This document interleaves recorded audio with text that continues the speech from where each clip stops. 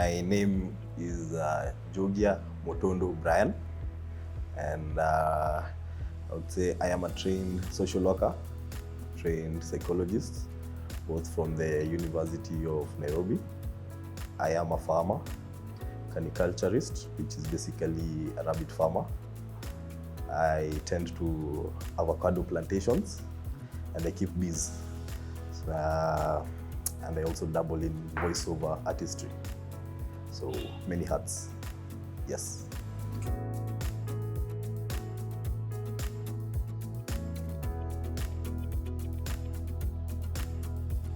I would say my teenagehood, in my teenage years, I realized that I have feelings for both boys and girls, and since I did not have the vocabulary of what was going on, I just thought I have better best friends as boys, and I left it at that.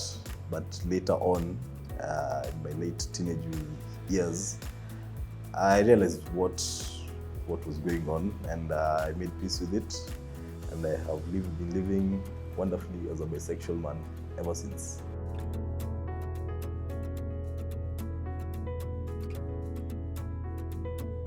I am out to my immediate family.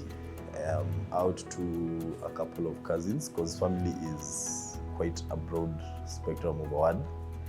I am out to my friends, well, those who matter. And they treated it well. Others treated it as a learning process. They still treat it as a learning process. I'm still asked very weird questions, but at least they ask questions and don't end up.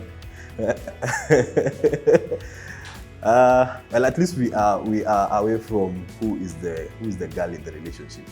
I have been asked who twerks for the other. They are never going to end, but it's at least they're asking me. At least they're asking me. So, and they get to learn. They ask me about sexual health. Are you more prone to diseases because you're queer? And I tell them you take precautions just as you would take in a hetero relationship. So we are learning, and I am gaining more educated friends. So win-win. Yeah.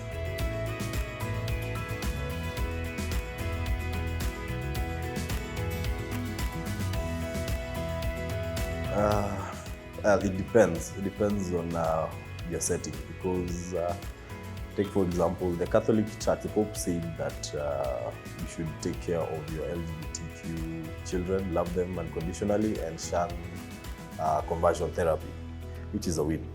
If you come back to our African setting, I think we're a bit retrogressive, and we still need to take some strides on that. But depending on which age group you're talking to, for example, millennials and Gen Zs, they are pretty much open towards the idea of different sexualities as opposed to boomers in our society. So I would say it depends on who you're conversing with. But generally, it's a little bit of strides. Yeah.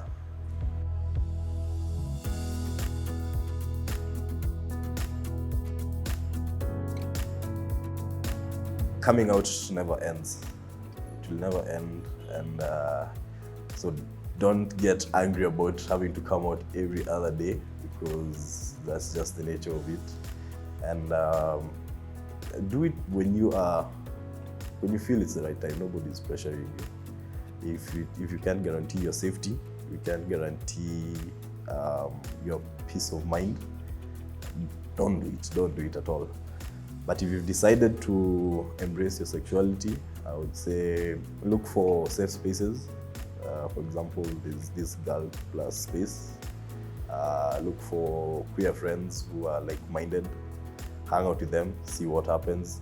Realize that they're also human beings with the similar challenges as any other person, and get to know what resources that they have at their disposal. Yeah, just tap into it and live wholly.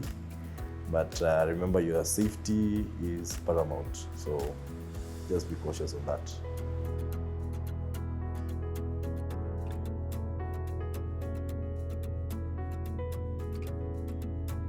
you can screen that person first of all. The number that they're using, Truecaller is there. If they've scammed someone 2 or 3 times, likelihood that they're going to flag that number. Check that out.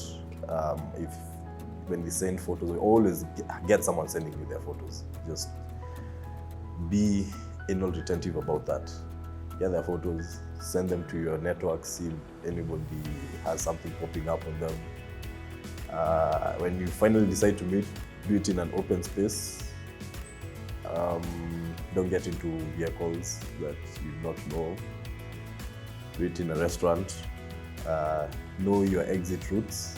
I know it sounds like you're planning some kind of mission, but it's the unfortunate reality of how we live.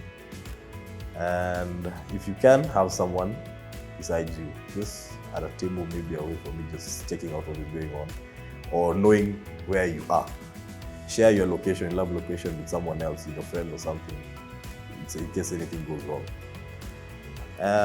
You can't really avoid meeting freaks in the world, but then again, safety begins with you. So just be cautious.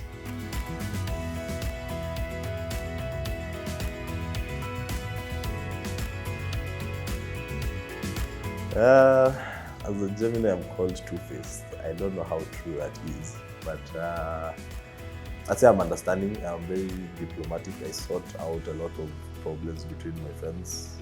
I am level-headed. I'm the last person to throw a punch in a fight.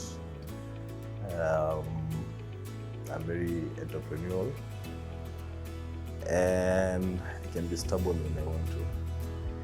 Is it fortunate or unfortunate? Maybe that's a Gemini. I am definitely not villainous as that star sign would say. So.